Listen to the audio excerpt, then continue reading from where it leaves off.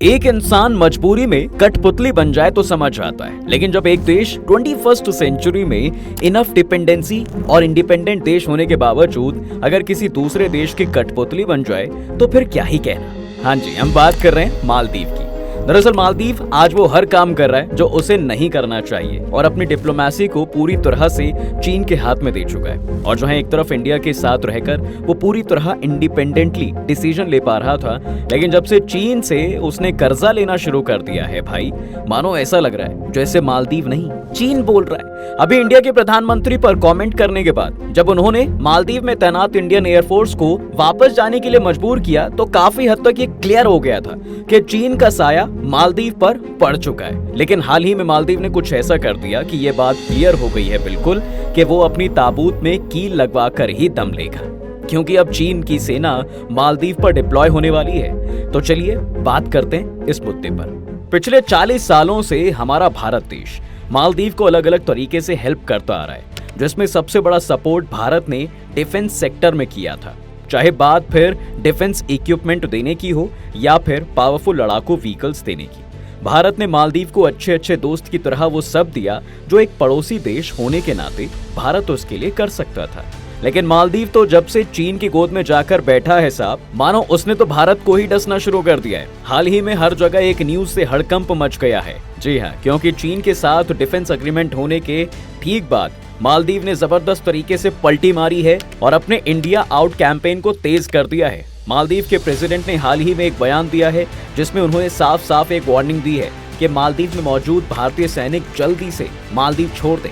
अब देखो, डिप्लोमेसी की बात है तो थोड़ा जियोपॉलिटिक्स का ध्यान रखना पड़ता है, वरना इस बात को चीन से ज्यादा अच्छे तरीके से कौन ही जानता होगा कि भारतीय सैनिक जहां पर गड़ा लें फिर वहां से उन्हें हिलाना अपने आप में ही नामुमकिन सा लगता है। लेकिन वो तो भारत ही है जो टॉलरेंस और दोस्ती की मिसाल हमेशा से देता आया है।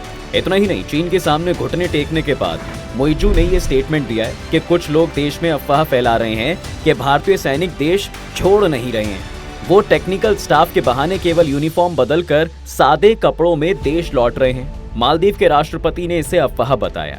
इतना ही नहीं, इसके बाद मोइजू यही नहीं रुके, उन्होंने कहा कि भारतीय सैनिक यूनिफॉर्म या सादे कपड़ों में भी देश में नहीं रुकेंगे, और मैं ये पूरे भरोसे के साथ कह सकता हूँ। अब देखिए, मालदीव तो आज ठीक उसी तरह बिहेव कर रहा है भाई, जिस तरह कोई पेरेंट्स अपने रोते हुए बच्चे को लॉलीपॉप पकड़ा देते हैं तो उसके बाद वो बच्चा अपने सभी दोस्तों को वो लॉलीपॉप दिखाकर चिढ़ाता रहता है। चीन ने सोमवार को मालदीव के साथ डिफेंस सिस्टम को मजबूत और पावरफुल बनाने को लेकर समझौता किया है। इसके बाद चीन मालदीव के साथ डुअल रिलेशनशिप को और इम्प्रूव करने के लिए उसे फ्री में सैन्य सहायता देगा। ये समझौता ऐसे समय पर हुआ है जब मालदीव की मोइजू सरकार देश से भारतीय सैनिकों को निकाल रही है। चीन फ्री में फोर्स डिप्लॉय करेगा, ये थोड़ा सुनने में अजीब लग रहा है। चीन अगर इस दुनिया को फ्री में कुछ दे सकता है तो वो सिर्फ नई नई तरह की बीमारियां हैं। इसके अलावा चीन किसी को फ्री में कुछ नहीं दे सकता। इतना ही नहीं, चीन वो हर साजिश चल रहा है जिससे आज मालदीव और भारत के रिश्ते दिन पर दिन खराब होते जा रहे हैं और हालात यहाँ तक पहुँच गए हैं कि चीन अपनी बंदूक मालदीव के कंधे पर रखकर चला रहा है। और ये सब मालदीव के सो कॉल्ड समझदार मोइजू की लीडरशिप में ही हो रहा है।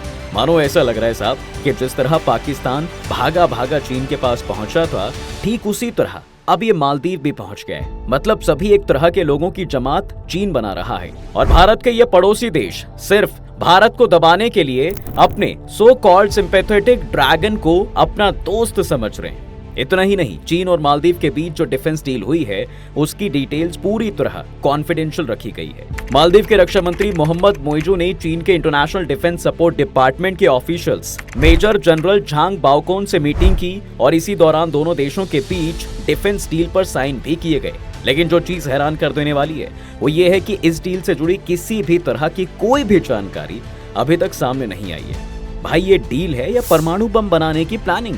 जब खुले में भारतीय सैनिकों को देश से बाहर निकालने की हिम्मत दिखाई है तो फिर डंका बजाकर की गई इस डील की बातचीत को भी कॉन्फिडेंशियल क्यों रखा गया है? इस समझौते को देखकर हिंदी का एक मुहावरा याद आ गया सर कि थोता चना बाजे घना। और यहाँ अगर चना की जगह चीन होता तो भी चल जाता, क्योंकि चीन की डील हो या फिर उसके यहाँ बना कोई सामान, ये सब खोखले ही होते। लेकिन हाँ, इस डील से जो सबसे बड़ी चीज निकलकर सामने आई है और जिसका गुणगान मालदीव मीडिया जमकर कर रही है वो ये है कि चीन ने मालदीव को 12 इको फ्रेंडली एम्बुलेंस भी गिफ्ट की हैं। लगता है मालदीव ये पूरी तरह से भूल गया है कि आज भी मालदीव में जो सबसे बड़ा हॉस्पिटल है वो उसे भारत ने ही गिफ्ट किया है और चीन दे रहा है 12 एम्बुलेंस। बाप रे, जितना चर्चा बहुत हो गया खर्चा। इतना ही नहीं, इससे पहले 29 मई को मालदीव में भारतीय सैनिकों को रिप्लेस करने के लिए टेक्निकल कर्मियों का पहला बैच मालदीव पहुंच गया था। अब जब भाई मालदीव नहीं चाहता तो इसमें भारत की क्या गलती? भारत के विदेश मंत्रालय के स्पोक्स पर्सन रणधीर जायसवाल ने इस बात की जानकारी मीडिया में भी दी थी।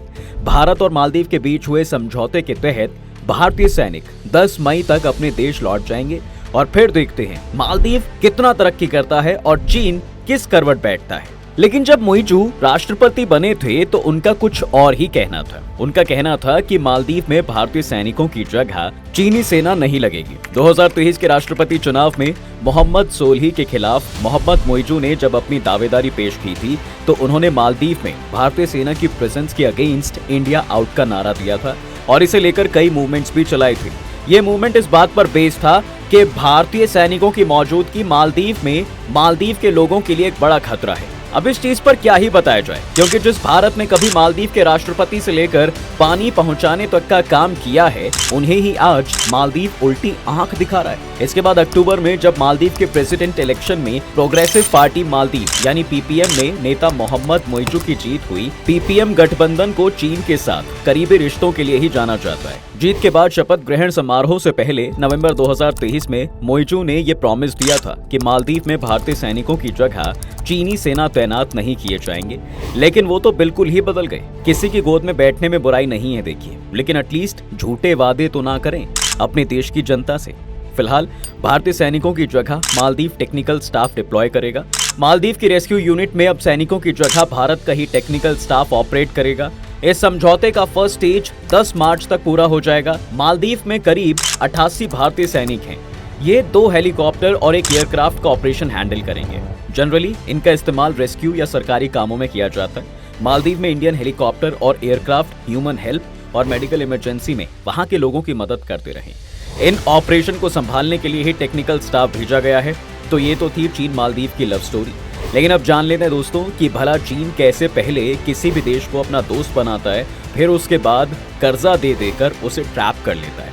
देखिए, इंफ्रास्ट्रक्चर डेवलपमेंट के नाम पर पहले कर्ज देना और फिर उस देश को एक तरह से कब्जा लेना, इसे डे ट्रैप डिप्लोमेसी कहते हैं। ये शब्द आज पूरी दुनिया में अगर किसी देश के लिए सबसे ज्यादा सुना या बोला जाता है तो उस देश का नाम चीन ही है। और अगर इस पर चीन से बात की जाए तो वो बड़ा ही डिप्लोमेटिक आंसर देता है, और वो ये है कि इससे छोटे और विकासशील देश में इंफ्रास्ट्रक्चर पावरफुल होगा। जबकि बाकी सभी दूसरे एनालिस्ट और देशों का ऐसा मानना है कि चीन ऐसा करके छोटे देशों को कब्जा रहा है। अमेरिकी वेबसाइट हार्वर्ड बिजनेस रिव्यू की रिपोर्ट बताती है कि चीन शुरू से ही छोटे देशों को कर्जा देता रहा है।